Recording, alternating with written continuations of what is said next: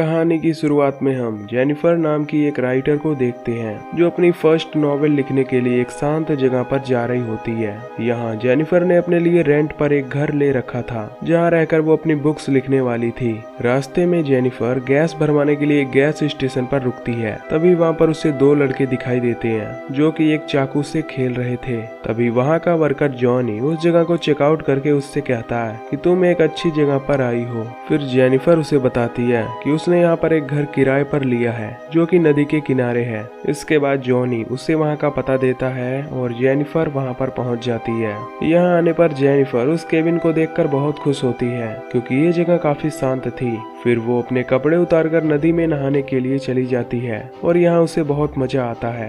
अब कुछ देर बाद जेनिफर जब अपना सामान रख रही होती है तो तभी उसे ड्रॉवर में एक गन दिखाई देता है। ये देखकर वो समझ जाती है कि शायद ये गन यहाँ पर पहले रहने वाले लोगों की होगी जिसे उन्होंने प्रोटेक्शन के लिए रखा होगा। तभी जेनिफर के घर एक डिलीवरी बॉय आता है जिसका नाम मैथ्यू होता है जो यहाँ पर उसका ऑर्डर लेकर आया होता है। हालांकि मैथ्यू की उम्र तो बड़ी थी पर उसका दिमाग बिल्कुल बच्चों जैसा था। वो जेनिफर से पूछता है कि क्या तुम यहाँ अकेली रहने आई हो। जेनिफर कहती है हाँ, मैं यहाँ पर अपनी फर्स्ट बुक लिखने के लिए आई हूँ। इसके बाद जाते हुए मैथ्यू उसे बाय करके जाता है जिससे अब जेनिफर उसकी दोस्त बन जाती है। इसके बाद हम मैथ्यू को देखते हैं जो वापस आकर अपने दोस्तों से मिलता है जो कि वही लड़के थे जो उस गैस स्टेशन पर चाकू से खेल रहे थे। इनका नाम एंडी और स्टैनली होता है। फिर मैथ्यू उनसे कहता है कि वो जेनिफर के घर सामान देने गया था। साथ ही वो उससे ये भी कहता है कि मैंने उसका शरीर भी देखा है और अब मैं उसे हर हालत में पाना चाहता हूँ। इसके बाद शाम में जब ये चारों फिशिंग कर रहे होते हैं तो सभी लड़कियों की ही बातें कर रहे होते हैं। मैथ्यू झाड़ियों के पीछे जाकर मास्टर वेट करने लगता है जिस पर ये तीनों उसका मजाक उड़ा रहे होते हैं क्योंकि वो अभी तक वर्जिन था।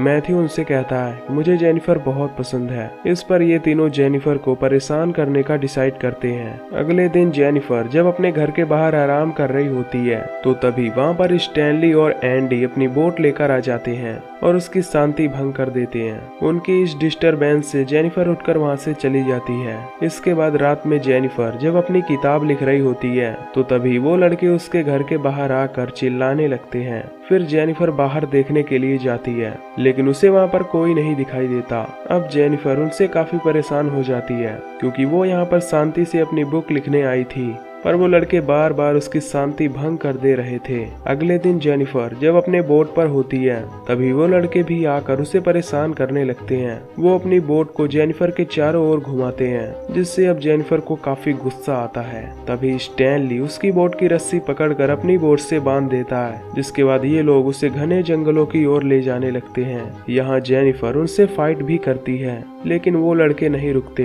ये देखकर जेनिफर वहाँ से भागने लगती है और वो लड़के उसका पीछा करते हैं। तभी जेनिफर के आगे जॉनी आ जाता है जो उसे थप्पड़ मारकर गिरा देता है, यानी कि अब ये लोग उसका रेप करने वाले हैं। फिर वो लड़के जेनिफर के कपड़े फाड़कर उसे जख्मी कर देते हैं और फिर मैथ्यू को बुलाते हैं। लेकिन जब मैथ्यू यहाँ पर आता है तो वो जेनिफर को इस हालत में देखकर उसका रेप करने से मना कर देता है क्योंकि उसे काफी डर लग रहा था। इसके बाद जॉनी मैथ्यू को डांटता है और खुद जेनिफर का रेप करने लगता है। इससे जेनिफर को बहुत दर्द हो रहा था। काम खत्म करने के बाद ये लोग उसे वहाँ से जाने को बोलते हैं। अब जब जेनिफर आगे जाती है तो ये लोग उसे फिर से घेर लेते हैं क्योंकि इनका मन अभी नहीं भरा था। जेनिफर उनसे खुद को जाने देने के लिए बोलती है लेकिन वो उसकी एक नहीं सुनते और उसे एक पत्थर पर लिटाकर उसका रेप करने लगते हैं जिससे जेनिफर बहुत जोर से चिल्लाती है। इसके बाद ये जेनिफर को छोड़कर अपनी बोट से वहाँ से निकल जाते हैं। अब जेनिफर की हालत बहुत खराब हो गई थी,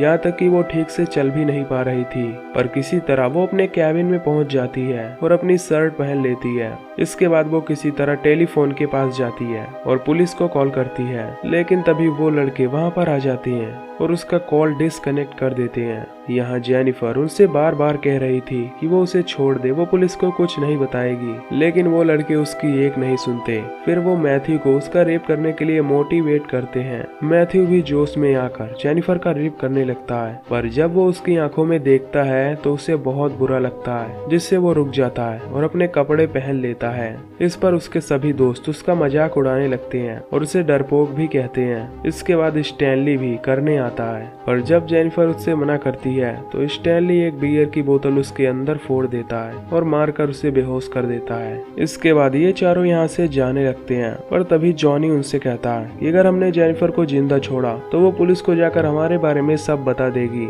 जिससे हमें जेल हो सकती है। इसलिए वो सब उसे मारने का डिसाइड करते हैं। इस काम के लिए जॉनी मैथ्यू को चुनता है और उससे कहता है कि ये चाकू तुम्हें जेनिफर की चेस्ट में घुसाना होगा, जिससे वो मारी जाएगी। हालांकि मैथ्यू किसी की जान लेने से मना करता है, पर जॉनी उसे फोर्स करने लगता है, जिससे अब वो इसके लिए मान जाता है। फिर वो उसे एक चाकू देकर वहां से भगा देता है। इसके बाद मैथ्यू जब अंदर आता है तो जेनिफर की ये हालत देखकर उसे उस पर तरस आने लगता है। फिर वो उसके सीने में चाकू घुसाने की कोशिश करता है, पर वो किसी की जान नहीं लेना चाहता था। इसलिए वो जेनिफर के मुंह पर लगा हुआ खून उस चाकू पर लगा देता है, ताकि उसके दोस्तों को यकीन हो सके कि उसने उसकी जान ले ली है। वो जेनिफर को जिंदा छोड़कर वापस आ जाता है और अपने दोस्तों से कहता है कि उसने जेनिफर को मार डाला है। इधर जब जेनिफर को होश आता है तो वो अपने आप को किसी तरह से संभालती है। फिर वो अपनी मेडिसिन किट से अपने घावों को भरती है और वहाँ से बाहर नहीं निकलती। अब वो काफी सदमे में थी और उन सभी से बदला लेना चाहती थी।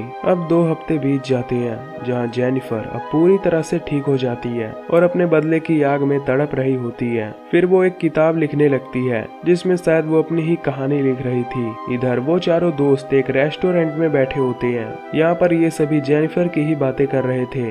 तभी जॉनी कहता है कि हमें जेनिफर की बॉडी छुपानी होगी, क्योंकि अब तक तो वो काफी सड़ चुकी होगी। अगर किसी ने उसे देख लिया तो हम बुरी तरह से फंस सकते हैं। फिर वो मैथ्यू से पूछता है कि तुमने उसे कैसे मारा था। इस पर मैथ्यू बताता है कि उसने चाकू को उसके सीने में घुसा दिया था, जिससे उसका काफी खून निकल रहा था और उसकी मौत हो गई थी। अब जॉनी फिर से उसे एक मिशन पर जाने के लिए बोलता है, जहाँ पर उसे जेनिफर के घर जाकर उसकी बॉडी को ठिकाने लगाना था, पर मैथ्यू इस बार इस काम के लिए मना कर देता है। फिर जॉनी एंडी और स्टैनली को इस काम के लिए भेजता है। अब जब स्टैनली और एंडी अपनी बोट से उसके घर के पास से गुजरते हैं तो देखते हैं कि जेनिफर पेड़ के नीचे बैठी हुई है और वो बिल्कुल ठीक भी है। ये देखकर वो समझ जाते हैं कि मैथ्यू ने उनसे झूठ कहा था कि उसने जेनिफर को मार डाला है। अब ये जानकर वो तीनों मैथ्यू को खूब पीटते हैं, क्योंकि उसकी इस गलती से वो सभी जेल जा सकते थे। अब जेनिफर उनसे अपना बदला लेना चाहती थी, इसीलिए वो पहले चर्च में जाती है और भगवान से उस चीज के लिए माफी मांगती है जो वो आगे करने वाली है। इसके बाद वो गैस स्टेशन पर जाकर जॉनी पर नजर रखने लगती है। यहाँ उसे पता चलता है कि जॉनी शादीशुदा है और उसके 2 बच्चे भी हैं। फिर वो मैथ्यू पर भी नजर रखने जाती है, जहाँ वो देखती है कि मैथ्यू कहीं डिलीवरी करने जा रहा है। ये देखकर उसे आइडिया आता है और वो मैथ्यू के स्टोर पर सामान के लिए ऑर्डर देती है। उस स्टोर की ओनर जब मैथ्यू को जेनिफर के घर उस सामान को डिलीवर करने के लिए कहती है तो मैथ्यू इस बात से बहुत डर जाता है। यहाँ वो अपने पास एक चाकू भी रख लेता है ताकि वो जेनिफर को मार सके। फिर जब वो पार्सल लेकर जाता है तो जेनिफर उसे देखकर जंगल में बुलाती है। इसके बाद वो अपने कपड़े उतार कर कहती है कि वो उसे बहुत पसंद करती है। मैथ्यू उससे कहता है कि अब उसका कोई दोस्त नहीं है, क्योंकि उसके दोस्तों ने अब उससे दोस्ती तोड़ ली है। जेनिफर उससे कहती है कि अब से मैं ही तुम्हारी दोस्त हूँ और तुम जो भी करना चाहते हो आओ कर सकते हो। ये सुनकर मैथ्यू बहुत खुश हो जाता है और जेनिफर के साथ इंटीमेट होने लगता है। तभी जेनिफर उसके गले में रस्सी बांधकर उसे एक पेड़ से लटका देती है, जिससे मैथ्यू यहीं मारा जाता है। इसके बाद जेनिफर उसकी साइकिल और बॉडी को नदी में फेंक देती है ताकि कोई सबूत न बचे। फिर वो स्टोर में कॉल लगाती है और कहती है कि मेरा ऑर्डर अभी तक नहीं पहुंचा है,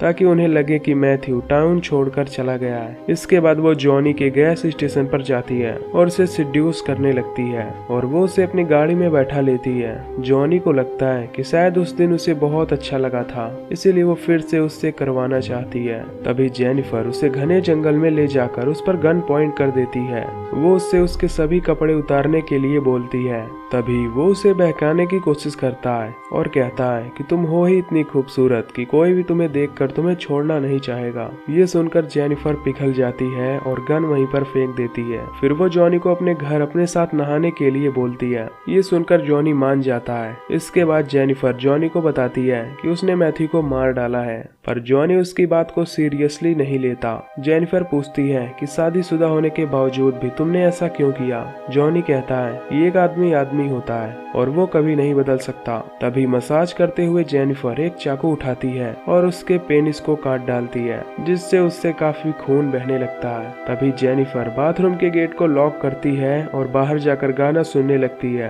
अब कुछ देर बाद ज्यादा ब्लड लॉस होने की वजह से जॉनी भी मारा जाता है। इसके बाद जेनिफर उसकी लाश को ठिकाने लगा देती है। इधर स्टैनली और एंडी अपने दोस्तों को गायब हुआ देख काफी हैरान होते हैं और उन्हें जेनिफर पर शक होने लगता है। फिर वो दोनों अपनी बोट को लेकर जेनिफर के घर की तरफ जाते हैं, जहां एंडी पहले ही जंगल में छुप जाता है और स्टैनली जेनिफर के पास जाता है ताकि उन्हें पता चल सके कि उनका शक सही है या नहीं। अब जेनिफर जब स्टैनली को देखती है तो उसकी बोट में आकर उसे किस करने लगती है, पर तभी वो उसे पानी में धक्का दे देती है। फिर वो उसकी बोट को स्टार्ट करके उसे कुचलने के लिए उसकी तरफ बढ़ती है। ये देखकर एंडी बाहर निकलता है और अपनी दोस्त की जान बचाने के लिए पानी में कूद जाता है, पर जेनिफर उसकी एक्स छीनकर उसी पर अटैक कर देती है, जिससे एंडी भी मारा जाता है। इसके बाद वो स्टैनली के पास जाती है। तभी स्टैनली उसकी बोट के सामने आकर कहता है प्लीज मुझे छोड़ दो, लेकिन जेनिफर उसकी एक नहीं सुनती और बोट को स्टार्ट कर देती है, जिससे स्टैनली भी बुरी तरह से मारा जाता है। फिर जेनिफर उस बोट को लेकर नदी से दूर चली जाती है और इसी के साथ ही मूवी यहीं पर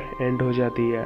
तो दोस्तों, अगर आपको ये मूवी की एक्सप्लेनेशन पसंद आई हो तो वीडियो को लाइक और चैनल को सब्सक्राइब जरूर कर देना। बाकी मैं मिलूंगा आपसे अगली वीडियो में। Till then take care, love you, bye bye.